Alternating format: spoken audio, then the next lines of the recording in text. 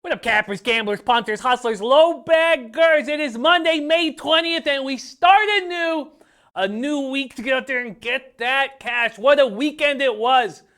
The Preakness was spectacular. Shout out to Matt Bernier for calling the winner War of Will on our show. War of Will opened up at 4-1. It went up to 7-1. It closed at 6-1. Great work. Man. Owendale, I was very disappointed with the ride Florent Drew gave Owendale. He was charging fast. He was coming on fast. He's going to be very dangerous in the Belmont Stakes. And Everfast took second place by a whisker over my Owendale. And I'm sure that $10 exactor would have paid about $600. And then we would have, because I had Owendale across the board. Then we also hit the place bet. Very disappointing. I can't even believe that in the first two jewels of the Triple Crown, I'm down about $700. I feel like I should be up $2,000, but maybe we're setting ourselves up for a giant Belmont Stakes. And then the Raptors win in double overtime. Woo! Shit, it was close, too close. And I hate that feeling when you're watching a game and your team's outplaying the opposition, yet you're only up 4 or 5 points, or between 4 and 8 points all game. And then Siakam missing those 2 late free throws. Oh, man. Lowry going out with 6 minutes left. Norm Powell being a beast. Goes out with 5 minutes left. Then got it to Nkupo, went down in second over, got fouled out in second overtime. But what a game. The Raptors live to fight another day, and that day will be tomorrow when I will be on them yet again. But what a wild weekend. Kevin Pine says, Sharks are starting to scare me, Jimmy. They are, and they should be. They're getting beaten up. Now, the Donskoy puck to the face was unlucky, but everything else was just hard hits. We said that after game one. I mean, the Blues were taking runs at guys, and we're like, man, in a 7-game series, when you play the team every second day, that starts affecting you. The Blues are beating up the Sharks. And the Blues have every reason to be minus 150 favorites to win Game 6 and huge favorites to win the series. And those of you who question me hedging it throughout the series, come on. But now we're in big trouble. Now the Sharks have a lot of heart. I hope Carlson does not play in Game 6. We do not. Sharks backers don't need him out there. Let him rest. See if there's a Game 7 at home, maybe he's ready to play then. But let's keep him out. Hopefully Pavelski will be back. Hurdle's hurt. Pavelski's hurt, Donskoy's hurt, Carlson's hurt. If you are a Blues backer, you got to be feeling very good about yourself. And Kevin Pine, we have every right to expect to lose that bet now, basically. All right, shout out to all the cappers in the chat. We got Demetrius Miller now. It's Cobra Sports 609. And Demetrius Miller, good hustle. First in the chat, good hustle. Capping 24/7. We have Matt Randall says, good morning. Taint played today, lost yesterday, ready to put another winning streak together. The Taint. Now 30, 10, and 1. And we have a graphic for it. Which is very exciting. So looking forward to hear what the Tank play today is. We got series business.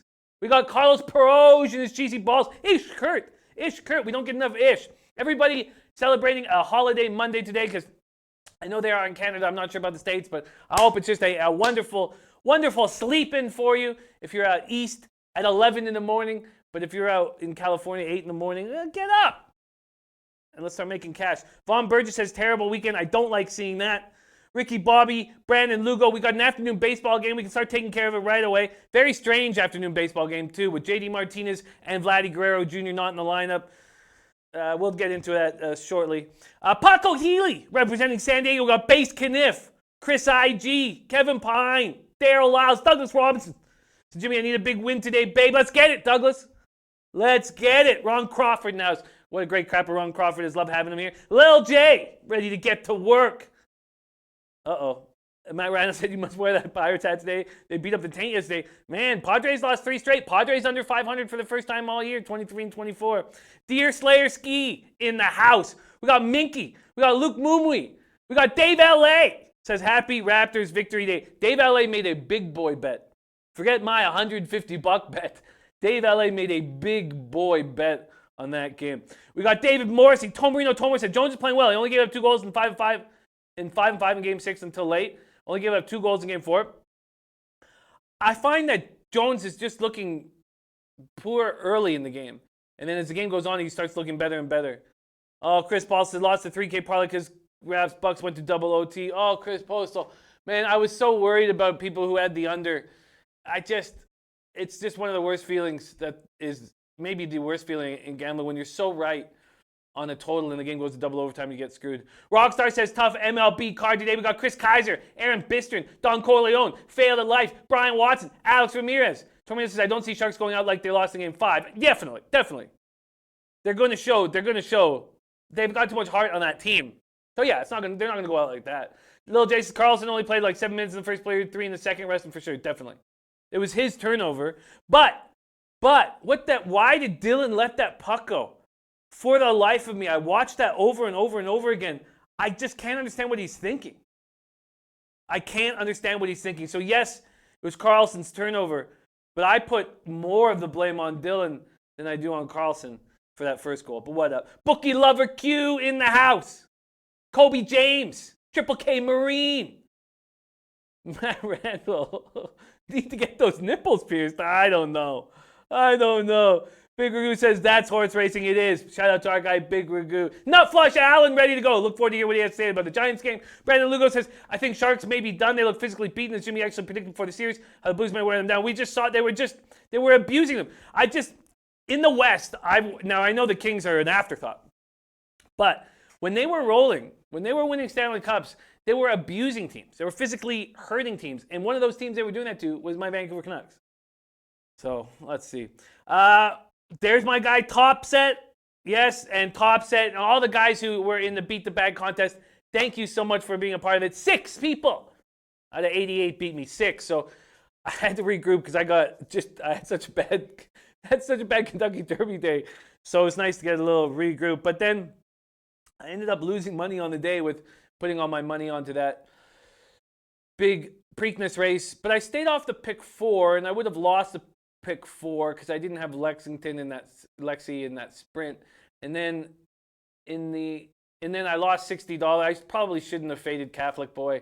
Just too spectacular of a horse. But we have a couple weeks. Get our shit together. Get our bankroll up to hammer the Belmont, which I will be doing. There's Liberty Finder in the house. TMB says, hey, Jimmy, hope you didn't bet on that Joculus horse yesterday. I didn't, but I think that's a really good horse, Bodie Express, and it was too bad. I knew a lot of people who had them, and it hurts when that happens, but that's just luck. Little Jay says, Sharks only 2% better on the power play. Sharks power play has been better all season long. Well, Sharks have a better power play. There's no doubt about it, but the Blues had a Jaden Schwartz who scored 11 goals in the regular season, has already 11 goals in the playoffs. Jaden Schwartz is such a difference maker to that offense because they have Tarasenko and Schwartz, and then Shen is good, but he's more of a space creator. He does have some soft hands, but they need Schwartz so badly to keep the offense going. There is Red Girl. All right, let's get to work. I love this card. We have 1 basketball game, 10 MLB games. We're going to be able to break down each and every game on this card. Deep dive into them all. We have Drew Martin joining us in 35 minutes, and on the late show we have Max Senpai to help us break down this NBA game. And there's Alex Ramirez, Spidey Locks. Spidey played today, 21-7. Red Girl says Bucks money line in the under dead. Oh, that hurt. Well, not that the Bucks money line hurt. I wanted obviously the Raptors to lose. I don't like seeing you lose money. I wanted the Bucks to lose. I'm cheering for the Raptors obviously, but I don't want to see you losing money. Ben Sports 24/7 saying San Diego under 7. And Bigger says Velasquez took it on the keister. Yeah, he looked fine afterwards, thank God. And Bookie Lover Q says Sharks look like the big old slow guys from last year. They do. Well, I mean, you take Hurdle, Donskoy, and Pavelski out of that lineup, then yeah, they're not a fast hockey team. I mean, you need those guys. But Pavelski's, I know he got hurt when he got hit up against the boards, but he looked slow all game. Ty Clinton said Twins rolling. All right, let's get to work. We're going to start by touching on this NBA game, and I'm going to do more than touch on it. I'm going to make a bet here on this game right now. Let's talk about it.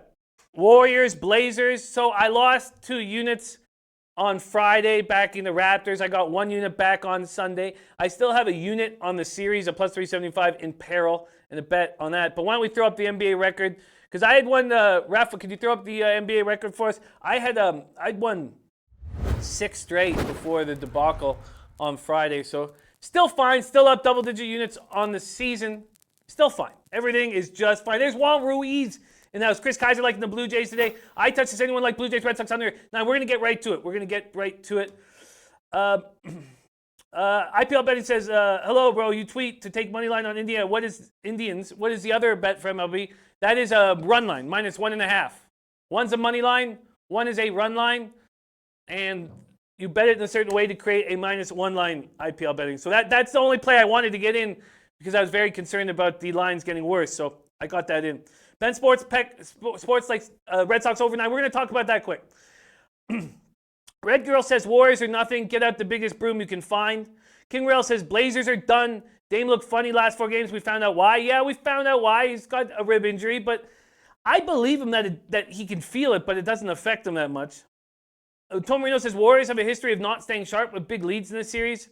Listen, I don't like that King Rail says that they're done. Listen, I don't like that. But I personally see too much value in the Blazers keeping this series alive.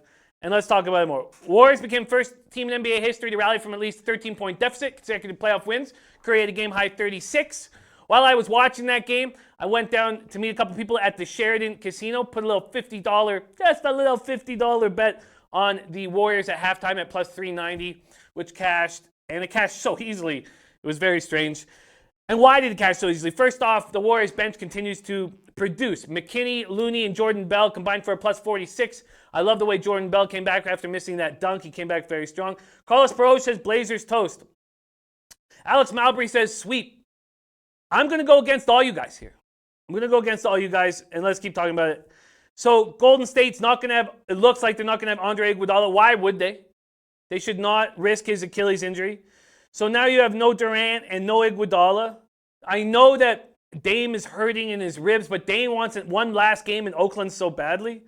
Don Corleone says Golden State's the only player. It's Golden State or stay away. Listen, I'm not doing that.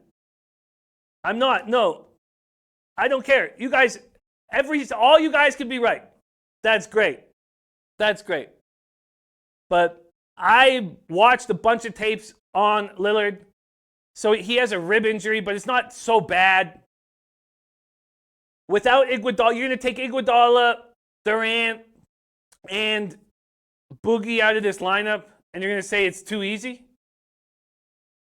Brent Lewis says, I'm still going to roll with the Blazers first half. Warriors know they can come out dead and still win. Look, I know that Lillard's not been effective. I'm not even sure if that's the case, Dave LA, because they haven't announced that Iguodala is not going to be in the lineup. And they're going to announce that. So I'm not sure. Like, even if you look at the odds right now, at some books, money's coming back. Let's just take a look at Pinnacle here, for instance. So money's come back. There's been a 4-cent move on Portland in the last 2 hours and 20 minutes. So I don't think so. I think this is the best I'm going to get them at. Now, I might be wrong. CJ needs to run the offense. Look, every single person other than, well, I got Brandon Lugo. Oh, Brandon Lugo's just on them first half. Okay. I just think that everybody is having a vividness and recency bias right now. And I think there's too much value to take the Blazers on the money line here. I think that the market is overreacting with that loss, that breakdown. I think the Blazers can dig deep. We've seen them dig deep all playoffs long, and now you're going to take Iggy out of the lineup too. So I hear what you guys are saying, but I think that there's biases going on with how you're seeing this game. And if you don't see enormous value on the Blazers, that's fine. I am taking the Blazers on the money line. I'm getting plus 148 at 5 dimes, and I do not think that will go higher. I really don't. I think that people will see, especially when Iggy's announced out of the lineup, that there's too much value on the Blazers. College Pro says Warriors minus 3.5 is a gift. That's all right. Well, I hope you are rewarded then. because I'm on the other side. I see value on the Blazers money line. I see this team with more depth, and you're taking Iggy out of the lineup. Enough said. Let's talk about this total here. We'll have Max Sampai joining us. This total opened at 220. It's gone down to 219. Jay Stanley says, good bet. Tormino says, Portland can give their second unit more minutes. They'd be much better at home. If starters are fresh later in the game, they should be able to keep the game close. Ben Sports 24/7 says, Lillard injury was put out there, and the Warriors line is only -3.5. Too fishy for me. Blazers first quarter. Dave LA, I'm seeing money coming in on Portland, and it makes sense to me. So I hear what you're saying. I totally hear what you're saying, but I'm not going to do it. Jim Jimson said, what do you think of the total points market for the Warriors Blazers game? You know, that's going to take time for me. That's going to take more time. I've got to break down the game as if, because in my head, the Blazers are going to win this game and bring it back. And also, if that's the case, the Warriors have done everything they need to do already by getting one game on the road. Raulport Wando says, oh, wow. King Rail said, did you grab aces on Friday, Jimmy? They're plus 260 now. This says the fave to win. Oh, no, I didn't. Wow. Brandon Lugo says, I like that Blazers money line. I'm going to tell you. Raulport Wando says, under 220, Jimmy. I guess I just need more time on the pace of this game. I need more time. Red Girl says, Jimmy, try prop bet Blazers first half, Warriors full game. No, Red Girl, I just don't think that it's a wise move to go right back to the well and do exactly what happened in the last game. I just don't feel like that's kind of the way things bang out. But I hear you. Eric Jones says, overtime, y'all watch out, 220 total. Tomino says, I'm on the first half over. Leonard starting, he's scoring but doesn't play consistent defense. Top says, my man Elo says, you're right for value, but Golden State brings the broom. They want to sweep and rest up. Pedal to the metal here for Warriors. There's no pedal to the metal without Durant and Iggy. So, obviously, everybody, Chris Guy says, Blazers know they ain't coming back for 3 games down on top of Damian Lillard. They won't do more than just show. See, I just feel like everybody is being affected from a recency and vividness bias. And I get it. It's just, I get it. That's just, now, you guys all very likely could be right. You are taking the favorite in a basketball game, and it's a pretty decent-sized favorite. So I get why you guys are all on the Warriors. I am not. I am on the Blazers, and I'm getting a huge, juicy number at plus 148 because of you guys. So let's just, Chris Kaiser said, I'd rather go to church, put my money in the collection plate than lay it on Portland. I get it. Thank you, DJ Big Boss. I was happy you guys cashed. I can't believe it was a whisker away from that exactor, but that's what's up. Bookie Lover Q said, Jimmy, you tripping, bro. Warriors bench has been crushing since Durant went out. They have been. I said that. And now you're going to take Iguodala out too? All right. King Rail says, Portland makes, I'm on Portland plus 3.5, but that's because I took Golden State in game 6. I just hate how we played in the second half. That's why I'm calling it done. Listen, it hurts. And if the Raptors had lost in overtime, I'd be hurting too. I'd be so hurting and I'd be depressed. Jay Money says, whole world will be on Warriors. Yeah, the whole world, and I won't be. But I truly don't think that line will get higher, and we'll see. Okay, let's get to work in baseball, and that's that. That's the, I'm on the Blazers money line. We'll talk more about totals. I need more time to break down the pace. Vaughn Burgess says, give me the Blazers for this one. And 827 says, let's get to this early Blue Jays Red Sox game. Let's do it. First off, before we talk Blue Jays, I am on a losing streak in MLB.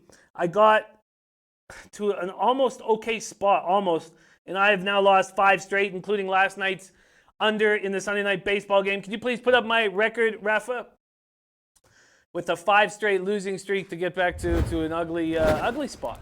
An ugly spot. It's been ugly all year, but it was starting to get a little bit better. Randy C said plus 148 ain't no good when you don't win. Hey, I hear you. Listen, I didn't come in here thinking everybody was going to think this was a popular bet. I knew everybody would be against it. And I understand this is, and maybe your vividness and your recency bias, maybe all these biases are going to come in handy for you guys. But I think I'm getting tremendous value on a basketball team at home that's going to do everything they can to not get swept and get Dame one more game in Oakland. All right. Okay. Dave LA says, I took Red Sox team total under 5.5 at minus 125. A20 says, I took the under 9 in the Blue Jays game. I agree, David Stanton. I absolutely agree. Okay. Let's keep working along. Okay, Reds, Sox, Blue Jays. Let's take a look at the lineups. We know there's no JD. So a couple things pop up first. I mean, we're going to break down this game in every which way right now. But first off, this is tough for both teams to play a morning game on the holiday Monday. Now, the building should have some fans in it because it's a May 2-4 weekend in Toronto. But it's just a tough spot travel-wise. Boston coming up from Boston, and that was a very intense series they just had with the Astros. Blue Jays coming up from Chicago. You know, Red Sox are hitting 257, 765 OPS right now. Let me just quickly grab the odds here. Quickly here. Okay, thank you. Okay, let's just... oh, man, lungs still not so good. So I just, from a travel spot theory, I just don't think we're going to get a ton of offense today. Now, a lot of people want to fade pitchers coming off the IL, and I get it. But let's take a look at this lineup. For Red Sox, Benintendi, Betts, Moreland, Bogarts, Devers, Chavez, Pierce, Bradley Jr., Sandy Leon. And for the Jays, you get Sogard, Jury, Smoke, Grichuk, Galvis, Jansen, Davis, Urena, Luke Maye. When I look at these two lineups, I mean, you take J.D. Martinez out of the Red Sox lineup, and the Boston lineup's still very dangerous. You take Vladdy out of this Jays lineup, and it's just horrific. It's just horrible. It's ugly. Kate Paskey says Jaden needs all the bats they have with two players out of the lineup. They're in trouble. Boston run line and under 9.5. 820 says both team pitchers will pitch well against each other's lineups. We're used to David Price pitching extremely well in the Rogers Center, but there's my guy Maine, 9-10 out of Alaska. And there we have Matt Randall's taint play of the day. Matt Randall's taint play of the day. I got that there. Okay, I'm going to copy and paste that here. I can understand the under, but, I mean, Price has had 2 bullpen sessions. I guess we're supposed to be confident in him. He's not looked very good so far this year. The Jays can't hit lefties. They're going to hit lefties worse. And there's Spidey's play of the day. Astros run line from Alex Ramirez. Spidey play today. Okay, I will copy and paste that. Astros run line. Okay. Top Set said, excuse me for a second. Top Set said, I took the Red Sox and Cleveland parlay last night over on Cleveland. 820 says, Blue Jays plus 1.5 are 5-1 in last 6 meetings. I think that you guys are right backing this total towards the under, even if Price doesn't pitch well. Let's see what we're getting here in the Boston game. Boston opens up at minus 200. There's been a 6-cent move towards them. Not much. But this total has already left 9.5. There's no 9.5s available. Now 9 and 8.5 at Heritage. I mean, Chris Kaiser says fade Price back Jackson. I completely get that idea with Price coming off the DL. Let's take a look. So he's not pitched since May 2nd, 10-9 in his pitching elbow. He's 12-1 with a 3.31 ERA and 17 career starts at the Rogers Center. Some of that is as a Blue Jay. Last season, he went 4-0 with a 2.63 overall or ERA overall against the Jays. This will be his first appearance against the Jays this year. In his career against the Jays, 21-3 with a 2.43 ERA.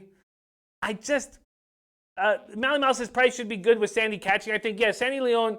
I mean, Christian Vasquez is batting like 450 or something, and still everybody wants Sandy Leon behind the plate. Will Rose is saying sitting at 220 right now for the Sox. Joe Anisi says, Jimmy, do you trust Edwin Jackson? I don't. I don't trust Edwin Jackson. I don't trust Edwin Jackson at all. Do I trust? I mean, how can you trust Edwin Jackson? I mean, he always seems to start strong when he moves to a new team. This is 14th team. There's a reason why he's available to any team in the league always. He worked 5 innings, 3 runs, 2 earned, 6 hits, left in a 3-3 game against the Giants in his first start of the year on Wednesday. Faced the Red Sox. Last faced them in 2016. You know, he's 3-4, 4.64. Tomarino says, I'd lean under. I'd see Boston being sharp offensively. Toronto offense is so bad. Ben Sportsbook 24/7 is going against the market move, which is interesting. I mean, looking at this lineup, the only spark this Jays offense has been given is from Vladdy in the last little bit, and now he's out of the lineup. I mean, Boston on the run line is minus 140, 135. You can get down to minus 125 at 5 dimes, but I don't know if I want that either. I'll tell you what, nothing looks appealing to me. Brandon Lugo says Price is being dominant in Toronto, but off injury, I'm not sure.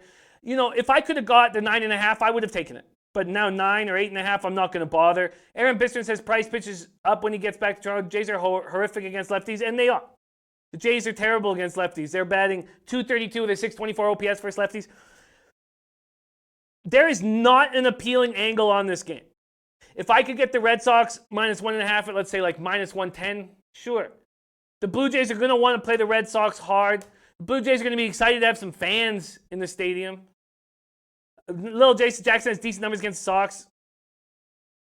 You know, all said and done, I don't see an appealing angle. And I'm sorry if that is boring to you guys, but I just don't see an appealing angle. I would take the under 9.5 if it was available, probably.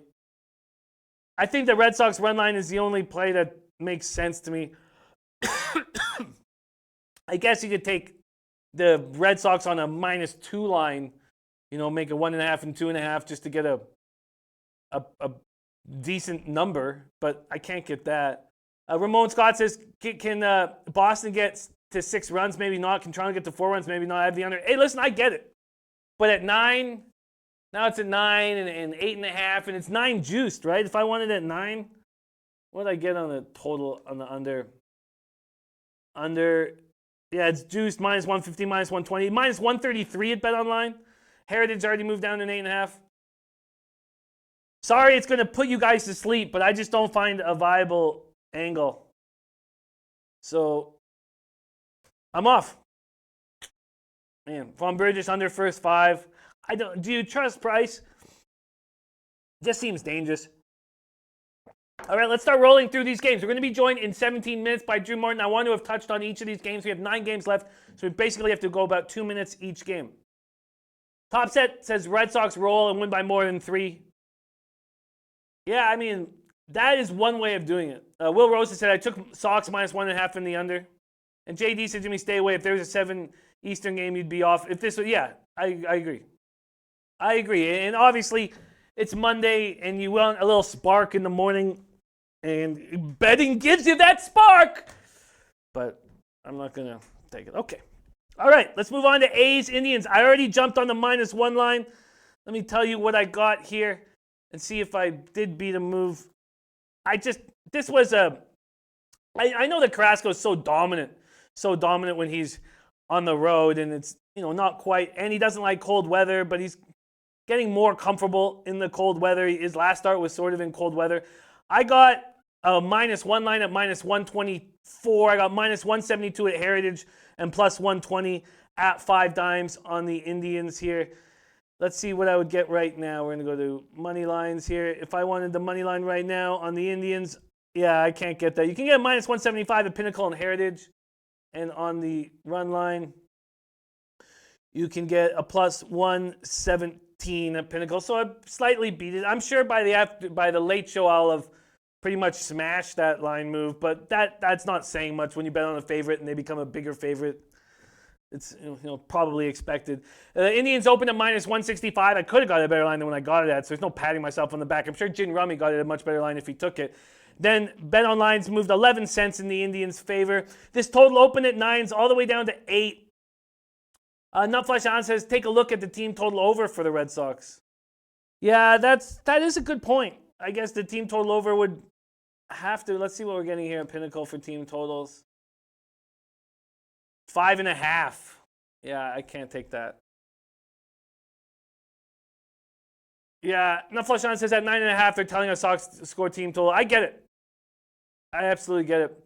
Von Burgess saying Texas under is a good one. The wind just howling in Texas, but that's not. It doesn't make as big of an effect at that ballpark as in other ballparks. So let's talk about this. I'm on the -1 line, and I got -124 in it. Young Huss liking first innings, no score. And on point saying Vladdy isn't in the lineup today. No, he's not. Either is JD. And Rod Zawacki says just take run line Boston. Even that's -135 or -140. Like, I mean, I could get it here on the show at -125, but I'd have to bet it at -140. It almost feels like you'd have to take the -2. 820 says, I'm seeing Red Sox are +105 for 4 runs or more. I don't know where you're seeing that, 820. I just pulled up the team total over. It's 5.5 at -115. So there's just no way. I mean, if a book is hanging a 4 +1, there's just no way. It's impossible. Okay, let's get to work. Athletics Indians, Anderson Carrasco. Anderson is just a guy I don't trust. And as the season goes on, I'm going to trust him less and less. He seems to be a guy who deals with arm fatigue. Just like Edwin, there's a reason why these guys are available, almost every summer. Minky says Cleveland all day. Jay Money says Rangers game will go under my favorite play of the day. We'll break that game down shortly. And Big Roo says look at team totals in that game, Boston, Toronto. I get it. Okay, let's talk. Brett Anderson, Carlos Carrasco. A's are hitting 233, 693 OPS versus righties. They're not hitting righties at all. They're smashing lefties. Indians aren't hitting lefties either, but these numbers actually, 230, 699 OPS are actually going up. Francisco Lindor, 5 multi-hit games in his last 8. Carlos Santana batting 375 in his last 8. Jason Kipnis on a 14-game on-base streak. Carlos Carrasco has thrown 12 straight consecutive scoreless innings. He's just rolling. And he only had to go 5 innings last start because of rain. He should be fresh and ready to go. Rod Zawacki liking the under. Shout out to Viper NB. Oh, wow. Don Reed said Texas wind is blowing in big time. They're talking about tornadoes in Texas. They canceled all the schools in Texas because of it. Wow. Dom Reed says, I'm locked in on Texas and the under. Locked in Arizona full game under as well. Wow, Dom. Thank you for that. I didn't know that. Thank you for that. Ben Sports 24/7 liking the Oakland money line. For me, I know you're getting value on Oakland, and they sure look good against the Tigers, but they were smashing lefties in that whole series, as they do. They struggle against righties, and I'm not going to back them here. Let's talk more about Carrasco. 4-1, 2.89 ERA, 0.84 WHIP, 6 career starts versus Oakland. Chris Davis 1 for 12 against them. The A's are 12-20 against right-handed pitchers this season. Brett Anderson 1-3 in his last 5 outings. He's got great numbers against Cleveland, but small sample size. And there's Dave L.A. play of the day. Oakland A's first 5 team total over 1.5. Full game team total over 3. So Dave L.A. thinks Carrasco's going to get touched. All right, here we go. Dave L.A. I'm going to copy and paste that. Chris Kaiser said, didn't Cleveland play like garbage over the weekend up until yesterday? Cleveland's turned their offense around in the last little while. They're also 14-8 at home. I just, when their offense is rolling, I trust them. And I trust this team. And that is my action. Sorry, I'm just under Dom Ricci. I got our guy, Dave L.A.'s action. Okay, so I'm on Indians -1. And just, I'm going to take every opportunity I can to fade Brett Anderson moving forward. And there's Russell Gordy saying, nope, Cleveland wins. -1, -124 is nice. I knew I had to get in it early to ensure that I got that. And then when I bet it, I got a -127 or something. So just a little bit worse than what I could do line shopping. Let's talk Yankees, Orioles. J Happ has struggled against this Yankees lineup. J Happ has struggled against this Orioles lineup so far this year. New York, Baltimore, Cashner, Happ. Total opened at 9.5. It's still there, but it used to be heavily juiced to the under. So there's been a 11-cent move towards the over. Happ opened, and the Yankees opened at -180. There's been a 8-cent move towards Happ and the Yankees. Joe Rich Ramirez liking Indians first 5 under and first 5 cash it. Brandon Lugo said Indians won 3 of 4 this weekend. And Nupflush on says, waiting for confirmation on lineups today on Giants game. We'll have my thoughts on the afternoon show. I look forward to hearing them. And there's Matt Reynolds' taint play of the day. Baltimore, New York, over 9.5. Book it. Money is coming on that over as we speak. Okay, Happ, 3-4, 4.44 ERA, 1.19 WHIP, 48 2/3, 37 Ks, 12 walks, 11 home runs allowed in 48 2/3, 81 Fahrenheit, partly cloudy, 9 miles per hour, sideways. David Morrissey on the Yankees, -1.5. We got Cashner, 4-2, 4.10 ERA, 1.32 WHIP, 48 1/3, 40 Ks, 18 walks, 8 homers. Yankees are hitting 254, 783 OPS versus righties. Unbelievable with all the injuries that they faced. Orioles 233, 648 OPS versus lefties. Yanks are on a roll. Just beat the Rays 13-5. Beat them 2 series in a row. That's not easy. Rays are a good baseball team. Happ has given up 9 runs, 13 2/3 in 3 starts against the Orioles this season. But his numbers in his career are good. Is Happ regressing back to the old Happ before Searage got his hands on him? Possibly. Happ 8-7, 3.29 ERA, 23 games. Baltimore coming off a trip where it lost 4 of 5. Cleveland took 2 of 3 from them. They beat them 10-0 on Sunday. Orioles struck out 15 times. Cashner's 3rd start versus the Yankees this season. Last week he had 2 runs on 4 hits, took the loss in game 1 of the doubleheader, but he pitched well. For his career, Cashner 2-5, 3.90 ERA, 9 games against the Yanks, all starts. Ramon says Yankees to score 6 tonight for sure. Brandon Lugo says Happ has given up too many long balls. Tom Marino says, I'd lean Orioles, team total over 3.5. Orioles have played well against the Yankees. Russell Gordy loved Baltimore as a dog, Jimmy. Yeah. All that. David Morrissey, as I said, is on the Yanks. I don't want to just jump on the Yanks right now. I don't want to just simply make a move on the Yanks because they're playing good ball. They're big favorites on the road with Happ, who has looked a little better of late, but the Orioles keep seeing him. And the Orioles don't hit lefties. Only Mancini's hitting lefties. I get the over 9.5. I'm hesitant to make it. I should be blindly taking all of the taint plays of the day, but I haven't been. Don Reed says they're screaming, including me, for Mickey Callaway's head. The Mets are in complete disarray, man. 5 straight losses, swept by the Marlins. Mickey should go. I agree. Paco Healy says, I will be on the Padres and Diamondbacks for the rest of the series, most likely. I will be on the Padres tonight. Oh, sorry. Paco, our San Diego Padre expert, says, I will be on the Padres tonight and the Diamondbacks for the rest of the series, most likely. Wow, so I get the 9.5, and we're seeing money come on it. I'm just sort of hesitant. Russell Gordy saying not over 9.5. Mally Miles saying Nats and under, Yanks and over. I'm not going to make a move on that game at this point. Let's talk Nationals-Mets. We're talking about the Mets being in disarray. 81 Fahrenheit, clear, 11 miles per hour, sideways out to right field. So sideways, diagonally out. Patrick Corbin's looked great, and he looked great against the Mets on Wednesday. And I was so dumb not making money off of him in that start. I was worried about how the Mets hit lefties hard.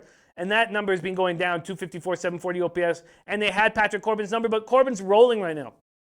Drew Gagnon. What are we going to get from Drew Gagnon?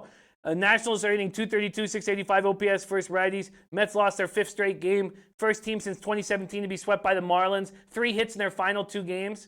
First time that's happened since 1967, being held to 2 hits or fewer in consecutive games.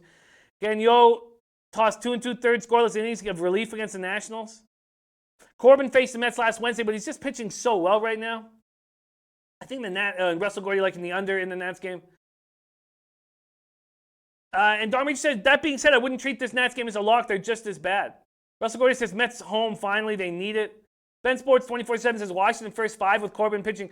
I think it's come to the point with this bullpen for the Nationals that's at 6.60 ERA that we should probably only take the Nats first 5. But again, if you want the Nats first 5, they're expensive. Oh, it's not even out yet. Why is it not out yet? Because Gagnon still says, I don't have a line right now. I don't have a line, so I'm going to wait. I don't have a line in any of the books, it says here. Ben Sports 24/7 says bats ain't just going to wake up overnight for Mets. They will lose tonight against Corbin. So let's wait. Let's wait till, I don't know if you're getting lines at your books, but here at SBR Odds are saying that we have no line yet. So I'm going to wait. Let's move on to Phillies Cubs. This is going to be a very interesting game. Arrieta, Darvish. I was surprised to read that Arrieta still had yet to pitch against the Cubs, who he pitched so well for and won a World Series with. Phillies are hitting 242, 736 OPS versus righties. Cubs are smashing righties, 268 and 1 OPS versus righties. Arrieta 4-4, 4.02 ERA, 1.34 WHIP. He's an emotional character guy. I expect him to step up probably in this start. And Darvish, I also is a guy that, if you believe Madden, which you may or may not, Madden thinks he's going to step up and start pitching really, really well. And he showed signs of it against the Reds. Is this a spot where you could buy low on Darvish? I wonder. Let's take a look at what we're getting odds-wise, and we'll break down this game a little more. For the Cubbies and the Phillies. Oh, sorry, that's first half. My fault. For the Cubbies and the Phillies, you're getting the total opened at 8. It's now at 8.5. So it's moved up a half run. The Cubs open at minus 126. There's been a 3-cent move towards the Phillies. Tony Weddle liking Phillies first 5, right above Bleds W liking Cubs first 5. Ben Sports 24/7 says Phillies with Arrieta back in Chicago. He's going to try and pitch a gem tonight. Russ Gordon saying Philly sneaks one in. I like the under. Tomo says Phillies are hitting better. Real Muto Harper have hit better over the last week. Arrieta should step up here against his old team. And Big Ragu says that's the Yanks kryptonite, Baltimore. Brandon Lugo says Darvish walks too many people to trust. He does. 33 walks in 42 innings. So Arrieta got off to a nice start this season, but he's been slipping. He's not looked good. He started off 3-1 with a 2.25 ERA. Phillies coming off that 3-game sweep of the visiting Rockies. They're rolling. As Tomar said, Harper is starting to hit. 5-game hitting streak, 7 for 20. Darvish has walked at least 4 batters in 6 of his 9 starts this year. But he's coming off a nice start. Struck out 11, walked none in 5 1/3 against the Reds. Ended up getting a no decision, right? Didn't get a decision. Darvish 1-0 with a 0.73 ERA in 2 career starts against the Phillies. Liberty Finder says light wind blowing out to left in Wrigley Field. And Liberty Finder, much love to you, my friend. It's Saturday night. Done a lot of drinking after the Preakness and while I was watching the Warriors game. And it was a miscommunication on Twitter. I got so much love for you. And it was all my fault, the miscommunication. And I apologize. And I love you. Okay, let's keep rolling. Mariners, Rangers. I'm not going to make a move on Phillies, Cubs yet. I need more time. Tomino says Phillies are a patient team. Most players have a strong on-base percentage. They should match up well with Oh, there's Milo Georgiev. This worked easy last time he came in. Milo Georgiev, today 13 and 31 numerology. Mostly underdogs today in MLB to chase in the run lines. Good luck. I love Milo. Astute Chaos says Arrieta is a hard hit percentage of 39.3. I mean, I'm leaning towards the Cubs. Oh, but there's Kobe Valentine, Phillies money line. Wow, okay. Crushing MLB last 2 weeks, hitting 5 of my last 7 parlays. And hit Raps to win by 3-6 yesterday, plus 450. Great work, Kobe. And there it is. Kobe is on the Phillies. Well, that will give me pause for sure. I'm going to need more time to break that game down. All right, we're going to be joined by Drew here in a couple minutes. Why don't I get down one more game before we do? And that game will be the game that you guys have all been talking about. Mariners, Rangers, Leak versus Minor. Mariners hitting 234, 757 OPS versus lefties. Rangers smashing righties, 265, 821 OPS. Let's take a quick look at what we're getting in the odds market at sportsbookreview.com. Here we go. It's tough spots all over. Mariners, Rangers. Total opens at 10.5 and it's moved up to 11. Rangers open at minus 145. There's been a 1-cent move towards the Mariners. Big Roo says Rangers under 11 is as good as it gets today. Then why would the Why would the market be moving it towards the over? Why would they be doing that? So this total opens at 11. Wow, it opens at 10.5. Yesterday it goes up to 11, then right back to 10.5, and then up to 11 again. So this is all yesterday. So then it's 11 all day, and then this morning it goes down to 10.5, up to 11, 10.5, and then right back to 11. You would think if the wind was causing that kind of being so hectic, it would affect this total in the other way, but I hear you, Ragu. Mariners beat the Twins 7-4 yesterday. Man, they're just playing bad baseball, and they're just a bad baseball team. You know, they have offense, but I can't understand the moves they made over the summer or the winter, thinking that they would work, and they haven't. They're 5-15 since April 27th. Won 1 series in that span, a 2-gamer. Leak snapped a 6-start winless streak in his most recent appearance. Leak is giving me trouble. He's just looked so fadeable to me, and it gets me. He seems to get me. Kobe Valentine says lean Seattle, Arizona, San Francisco, and the Angels. Leak 1-2 with 3.64 ERA and 7 career starts against the Rangers. Rangers won 5-4 over the Cardinals yesterday. They beat the Cardinals in that series. The Cardinals are a tough team. Rangers have won 4 of 6 against the Cardinals and the Royals dating back to Tuesday. And Dave LA did take the Cubs at minus 120. Yeah, I don't know. Dave LA and Kobe going heads up against each other. And there's Ralph saying, I'll be at the game, at the Giants game. Love hearing that. But he's also on the Phillies money line and over 7.5. Enjoy the game there, Ralph. So Minor looked good in his most recent start, 1 run over 5 innings. He's top 10 in both ERA and strikeouts. 2-3, 4.21 ERA in 9 appearances against the Mariners. Tough. It is a tricky card today. I'm still just on one play on this card. Well, let's just talk about quickly. These are the games that we still have left to cap. We have White Sox, Astros, Braves, Giants, and I was waiting for a line in forever on this Braves-Giants game, and now we have one. Now we have one with Soroka. Wow, and a huge move. Crazy. Who would have thunk it? A move towards Suarez and the Giants. Hopefully we can talk about that game with Drew. So we have Braves, Giants, Twins, Angels, Diamondbacks, Padres left. So let's see. Maybe Drew has plays on some of those games. We'll see what he's got. And he's joining us right now. So great to see you. Drew Martin in the house on this Monday morning. How you doing, my guy? Jimmy the Bag, I'm doing good, man. Hats off to you with the Preakness. I was following you on Twitter, man. It was some entertaining stuff. I'm glad it looked like you won some money. So hats off to you, and excited to get after this MLB card. So thanks for having me on, bro. Thank you. It was an interesting day. I didn't put a minus beside any of my like all day. I was up all day. Not a lot. I was betting kind of conservative because I was saving all the money for the Preakness, but I was a whisker from a $10 hitting that $10 exacta, and it's been a very, very disappointing Triple Crown. I mean, I had Owendale across the board. Everfast to be the horse that took away my exacta was unbelievable. I don't see how I'm not up $2,000 in the first 2 jewels of Triple Crown, but that's horse racing, and I feel like I'm reading things well, so hopefully we'll smash the Belmont. It was an extremely enjoyable day in Pimlico, but ended up down overall in the day. But man, only 6 people beat me and beat the bag out of 88, and I don't have money to show for it, which is disappointing. And if I was that last race away from winning it to beat the bag, which I still have yet to win a beat the bag.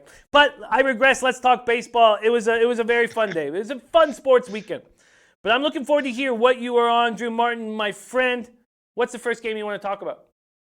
Yeah, I think two of the games you actually were mentioning as far as wanting to break down, I got here because they were the two games that jumped off at me, and I think one of them was the Braves and the Giants. So the Braves out on the West Coast, Soroka, which I know a guy that you know, former first-round draft pick. I like him.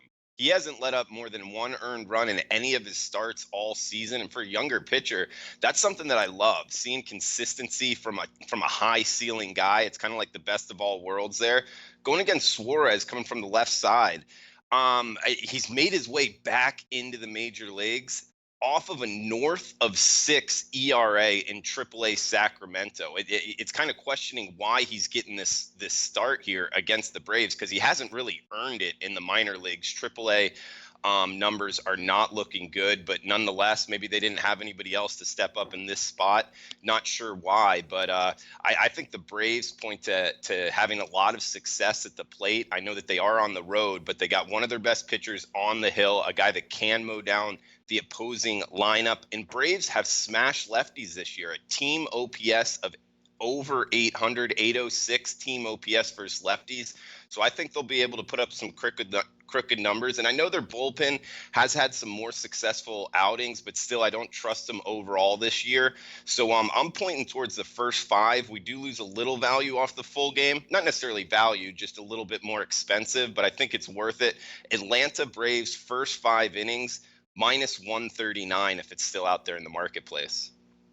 Not only, I mean, is it still out there? Money is coming in on the Giants, and it makes no sense. As you said, with the River Cats, Suarez 2-3, 6.33 ERA, 1.70 WHIP. He's looked terrible. Doesn't make the team out of spring training, and then hurts his hamstring as it starts. What the hell's going on? This isn't just a small move, Drew. This is a giant move. It opens, the Braves open at minus 165 this morning. We're talking an hour and 10 minutes ago. They open it at minus 165. Immediately, 4 cents go on to move towards the Braves, so they're minus 169. And then what happens? A syndicate sees that the Giants have, Soroka has been spectacular all year long, and there's now been a 34-cent move from the opening line, a 38-cent move from that high of 169 on the Giants. What the hell's going on? Yeah, you bring up some great points, Jimmy, and you bring up the fact syndicate. I mean, at this point, with a 30-point move, it's more than just a setup. So obviously, somebody's seeing something. So looking at the other side, what you can be making arguments for, last 2 weeks, weighted runs created number from the Braves, 93, which is 7 ticks under average. That might be worth a look. And as opposed to that, the Giants, is in terms of how they're hitting the last 2 weeks, seeing a 106, which is 6 ticks above MLB average. So as far as like last 2 weeks, which lineup has performed better, it would point towards the Giants. That's one reasoning. But other than that, I mean, I don't see it. I like the Braves here. Maybe, I guess, the argument, it just started out too expensive and the odds makers were off, kind of projecting that a lot of people would want to fade Suarez and the Giants, especially going against Soroka. So I think that that's more of it. They just started off a little bit too expensive. So now we're actually jumping in at a buy low opportunity. That's what I'm doing personally. So I'm bucking this trend. I know that, the MLB markets, it is important to pay attention to most of these moves. But at the same point, you can't let it control you. So if you see value, and I do on the Braves, especially first 5 under minus 140 here, I'm taking a shot here. I got 1 unit on the Braves. Yeah, this is strange. Russell Gordy says never take a team who flew across the country in game 1. Dom Ricci said, and Jimmy, that's a great point. But I look at it more game 2. Game 1, I just don't look at it as much. I think it affects the team a little bit more game 2, but it is worth, at least bringing up that is also a reason for the move. yeah, it's strange. And Dom Ricci saying, I would say to wait, thinking that wait till the lineups are announced. The Braves must be resting players. I mean, I hope they don't rest Freddie Freeman. The man is on fire. 11 homers over his last 83 at bats over the last 10 games, hitting 425 with a 1302 OPS. Soroka's been spectacular. There's no doubt about that. This is the only time twice in his whole career he's allowed 4 runs, and once was here last year. I don't know if that is an issue in this. He's not been getting much run support, 2.8 runs in his appearances. This is just nuts. And the move this big towards the Giants has just given me pause, and I need the afternoon to sit with this and not just hop on it right now. I can understand a couple things against the Braves, but here we have the guy who's been the best pitcher in the entire league so far this year. 4-1, 0.98 ERA, 1.01 WHIP, 0 home runs allowed in 36 2/3. And yet money's coming in on the Giants with Andrew Suarez, who couldn't even make the team and looked terrible in Sacramento. So I'm just confused. And when I'm confused, I'm going to just take a breath and figure this shit out slowly as the day goes out. This is strange. Cody Valentine says, wait for lineups, but reports our Braves will have a rest day today. So I don't know. I'm going to need to take some time. Okay, let's move on. What's the next game you're looking at? Yeah, and you bring up Freddie Freeman as far as him sitting. I guess he is facing a lefty, but still, it's a lefty with over a 6 ERA in AAA. I don't know. It could be in a rest. I guess those are reports. I didn't see him, so it is something to keep in mind. But another game I'm going after on the West Coast as well. Arizona, San Diego Padres, Weaver versus Paddock. And anytime you can get Paddock, not crazy expensive, I'm always interested. And I know last time out, I believe it was his worst start of the season. Still, it's just watching the ball come off his hand. I mean, his velocity was still good, even though he did let up 3 earned runs. I'm always looking to bet on him. And Weaver, on the other hand, he's been good. Former first rounder in the 2014 draft, I believe. He has not let up more than 3 earned runs since his first start of the season this year. That's 8 straight starts with pretty good quality outings here. We got one of the best pitchers in all of baseball in Paddock. I love watching this guy play. If you haven't seen him yet, it's a game I recommend tuning into. In both of these lineups, have struggled a little bit. So also looking towards the under here. Both pitchers off of down starts as well, Jimmy. Both lineups under 710 team OPS the last 2 weeks. So not really seeing the ball that well from both of these lineups going against two pitchers that are high ceiling guys, going to be throwing 94, 95 miles per hour. Definitely could see this game going through 5 through 6 innings, 0-0, 1-0. It could be one of those type of games out on the West Coast in Petco Park. So the ball not necessarily getting out, jumping out too much there. Under 100 team weighted runs created number the last 2 weeks from both of these lineups. So both lineups I think are going to be up against it in the Arizona-San Diego Padres game. I like the under in this one. Yeah, I get the under. My first instinct is the same as Brandon Lugo's. I think this is expensive for the Padres. And another thing is, we watched the Paddock start against Kershaw. And afterwards, Paddock was going off saying, watch me next start. Watch what happens next start. And at first, I was liking it. And then after a while, I was like, you know what? He may be putting a little bit too much pressure on himself in this start here. Back at home, where he expects everything to go back to what it was before that start against the Dodgers. I'm almost thinking that he's getting a little too emotional and riled up. You almost want your pitchers to keep sort of an even keel about themselves and not get too high or too low. And that scares me. Just from like a psychological standpoint, that scares me. Now, he's been excellent this year. One of the top 5 pitchers in the league this year as a rookie. But Padres have lost 6 of 7, so he's going to take it upon himself to turn this around. First time they're under 500. I think that your under is a nice look. Luke Weaver, the Diamondbacks demanded he be included in the big trade in the winter. That they demanded him. They said, we have to have him. And that sort of surprised me because I had him in the baseball pool last year, and I ended up dropping him. And I was watching him very closely. He's got such a high upside. He's been great so far this year. So we have this Padres team. At home, they're 11-14. Against the NL West, they're 11-13. Although they're 4-3 against the Diamondbacks. They're 6-11 in May. Diamondbacks are 8-9. The more I look at this, the more I think the Diamondbacks at this plus line would be the play with the value.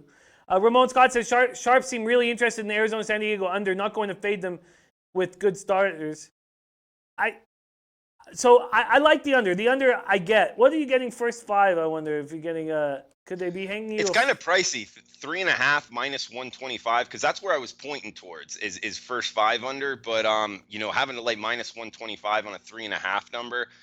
I mean, if you made me bet the first 5, I would definitely be on the under. But I think both of these bullpens, especially San Diego's bullpen, one of the better bullpens in all of the MLB, where we get the 7, and it's a little less pricey, just minus 115 towards the under. I'm more leaning towards the under full game, Jimmy. Yeah, Dominic's saying Arizona is such a better road team. They're 14-9 on the road. I am leaning towards the Diamondbacks.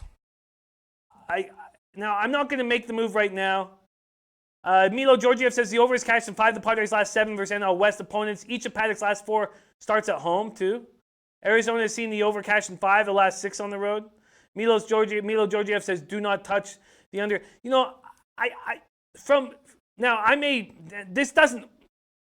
know that a lot of cappers cap things differently. But from what Paddock said about watch me next start, I have a feeling that if something goes wrong early, like a solo shot or a hard hit, that he's going to become over-emotional. He's going to want to do this. I think he's going to put too much pressure on himself in this spot. And I think that now I could be wrong. He said, watch this, watch what I do next game. Russell Gordy saying Jimmy Padres win. Maybe he comes out and pitches flawlessly, but I would want a rookie to just keep an even keel. The major leagues are so dangerous. The Padres, this is a team that's lost 6 of 7 that keeps losing and losing and losing. And I'm going to get a nice, juicy dog line with Weaver on the mound against a Padres team that's not hitting. I've said enough. I'm going to take the Padres here. There's been no movement. What is your expectation on market movement in this game? Do you think money's going to come in on Paddock and the Padres? I mean, Jimmy, I don't see money fading Paddock. It hasn't all season really, and especially the last 3 or 4 of his starts. If you watch the market move, there's a lot of people starting. This train of betting on Paddock is getting is becoming pretty full here. So I don't see money coming in against him. I think it's either going to stay right around this -150, if not get a little bit more expensive. So yeah, I wouldn't wait to jump on the Padres. No, I'm not. I'm just meaning, should I wait to jump on the Diamondbacks? Yeah, I would. I guess I misunderstood your question. So yeah, I would wait and right before first pitch if I'm looking to bet the Diamondbacks, just because Paddock has taken money pretty much each and every start this season. Don Reed said, what's the total Padres? It's 7. Okay, I'm going to take this Diamondbacks. I'm going to. But I think you're right. I'm going to wait. I just have a sneaking suspicion that Paddock has a second straight ugly start. And just have a sneaking, not ugly, I'm not saying he's going to get touched for 6 or 7 runs, but I just have a sneaking suspicion that he's just going to get overly emotional. And if the slightest thing starts going wrong, and he's going to try to change this whole momentum that the team is on, losing 6 or 7. And I think, MLB is hard. And you have to be at it every 5th day. And you got to keep an even keel. I think he was overly emotional. I should have faded him. I should have seen it in the interviews. I should have faded him against Kershaw, that game meant too much to him. These games are meaning too much to Paddock. He's not taking them like very relaxed. He's taking them like, I've got to do this. Watch me do this. Watch me do that. Kobe's saying, I like Arizona. I like it too. He says, I think the line stays right around where it is. Both sides should get money. Russell Gordy saying, waiting to take Arizona. Nope. Okay, so I guess Russell Gordy thinks money's going to come in on Arizona and that I shouldn't wait.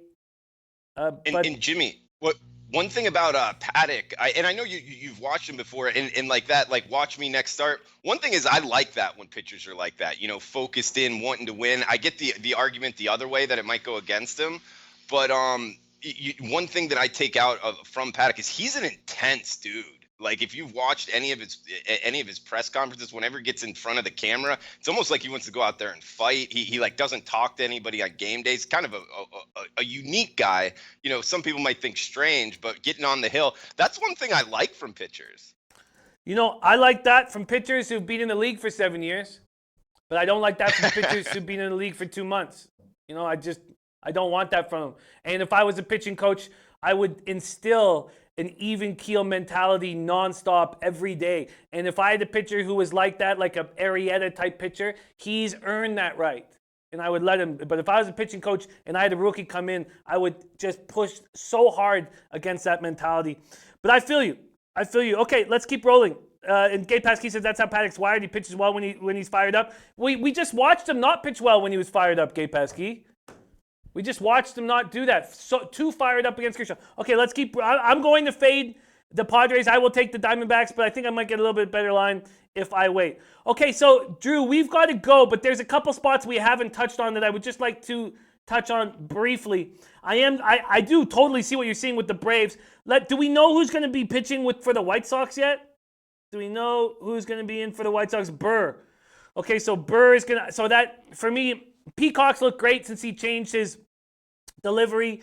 I'm going to wait. And Ramon Scott said Paddock already earned the respect in the clubhouse. No doubt about that. He's their best pitcher. I'm not saying he doesn't have the respect of the clubhouse. I'm just telling you, listen, I look at capping from a lot of different angles, and one is psychologically, and I get what you guys are saying. Okay, so White Sox, Astros, we're going to wait. I need to study Burr, but we know that the Astros are dealing with injuries for your afternoon study. Altuve is on the 10-day IL, and when he comes back, they're going to run him through a quick stint in the minors just to make sure he's ready. Miss Diaz, we're not sure how long he's going to be out for. And Springer, so Diaz tweaked his hamstring, and Springer has lower back stiffness. Both are day-to-day, but they've already announced that Springer will not be in the lineup. So keep that in mind for your afternoon study, and then I've got to study Burr a little bit more.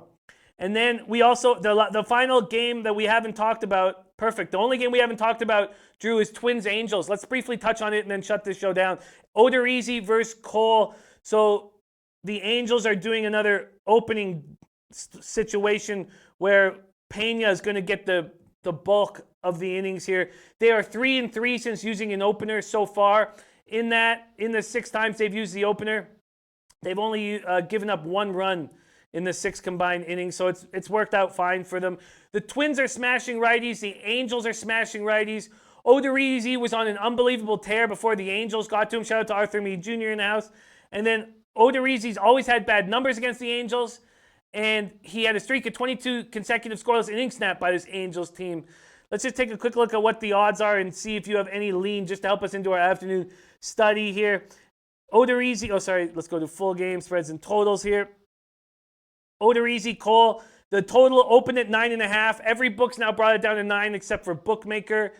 And a huge move towards the Angels. Wow, a huge move. Look at his move. It opened with the Twins at -120. And now the Angels are at -122. Wow, a 32-cent move towards the Angels here. How do you feel about that? And do you have an angle on it? You know, Jimmy, coming at this game, the Twins, I got to admit, I've been on the Twins the last 3 games, went 2-1. They did just lose yesterday. But so the Twins aren't necessarily a team I'm looking to step in front of. Just surprising. I still don't think the market has kind of priced this lineup correctly, and especially because Sano has come back into the lineup and he can really mash. But the Angels, you know, we've talked about it before, the discrepancy, I believe it's the largest in MLB between their home and road team OPS, about 250 points difference. So they are coming back home. They see the ball better at home, not necessarily looking to fade the Angels at home. And you mentioned that Odorizzi has had trouble against this lineup. So it is pointing towards, the market obviously liking those numbers as far as the Angels coming home and the past performance against Odorizzi. So I'm not necessarily looking to fade the Twins either. So it's just a game that I think you can make arguments for both sides. And at this price point, I don't really see a lot of value in it. Yeah, and I guess they think that Odorizzi's going to get touched again. The more money that comes on the Angels, the more value the Twins have. But I'm certainly not going to make that move at this point.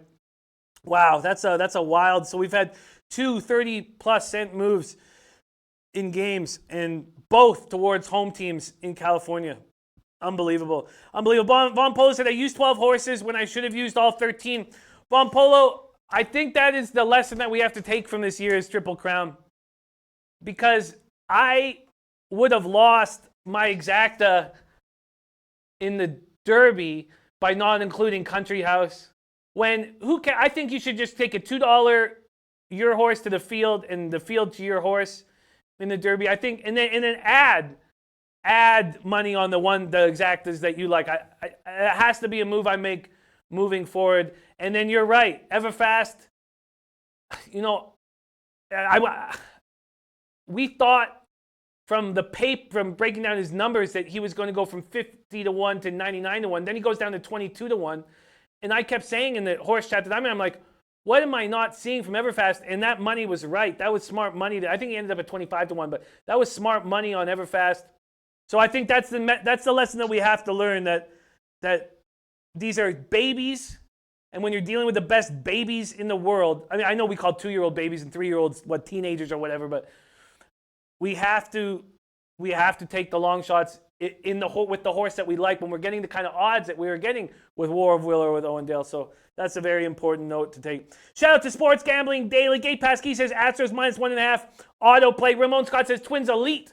Are the Angels going with an opener and Cole? Minnie the dog. Give me the Twins again. And Mr. Ghost is saying crazy. Everfast did what he did. It was crazy. A whisker from that exactor. I still want to just smash this computer, smash all the glasses, flip the table over, and Okay, I got it. Okay. Thank you guys so much for joining us. Drew, thank you so much for joining us. Where can we find you on Twitter? What shows you got coming up this week? Yeah, at Drew Martin Bets on Twitter. Feel free to reach out anytime, and I'll be back on the show tomorrow about 11:45 Eastern time. Also on Wednesday, love being on with the low baggers. We're on Saturday and Sunday doing the NBA closing line at 11 a.m. Eastern as well, and also stepping in for Donnie Rightside today on That Betting Show with Teddy Covers. So you'll catch me there on the SBR YouTube channel. And just to summarize, on the under in the Arizona San Diego Padres game, I know a lot of guys not liking it, but I just see value in the under 7 there, minus 115. And also Atlanta Braves first 5 minus, it looks like minus 140 now, market pushing it up. So liking the Braves in the first 5 as well. So at Drew Martin Bets on Twitter. Jimmy, thanks for having me on, and best of luck with your bets as well, man. Thank you. My pleasure. Thank you so much for joining us. As I said, money is coming in on the Blazers. I should have made that bet this morning before I came in the show. I got him at plus 148. Money coming in on the Blazers. Like I said, I'm on the Blazers going against, it felt like every single person in the chat. Blazers money line tonight for me. And then in baseball, I'm still just only on the Indians on the -1 line that I made earlier in the day. Now, we've got so much time to break down these games, so we're going to hammer them hard on the late show. We also have Max Senpai joining us. I will be taking the Diamondbacks at some point today when I feel like I'm getting the absolute most value. Thank you guys so much for joining us. We have no show without you guys. Rod Zawacki says if Owendale stuck his tongue out, we would have won extra cash, Jimmy. Just makes me want to smash these glasses, smash this computer, flip this table, smash that fucking glass, smash everything in this goddamn studio. All right, let's have a good afternoon of study, and I'll catch you guys on the late show. Leche, hey, los bookmakers!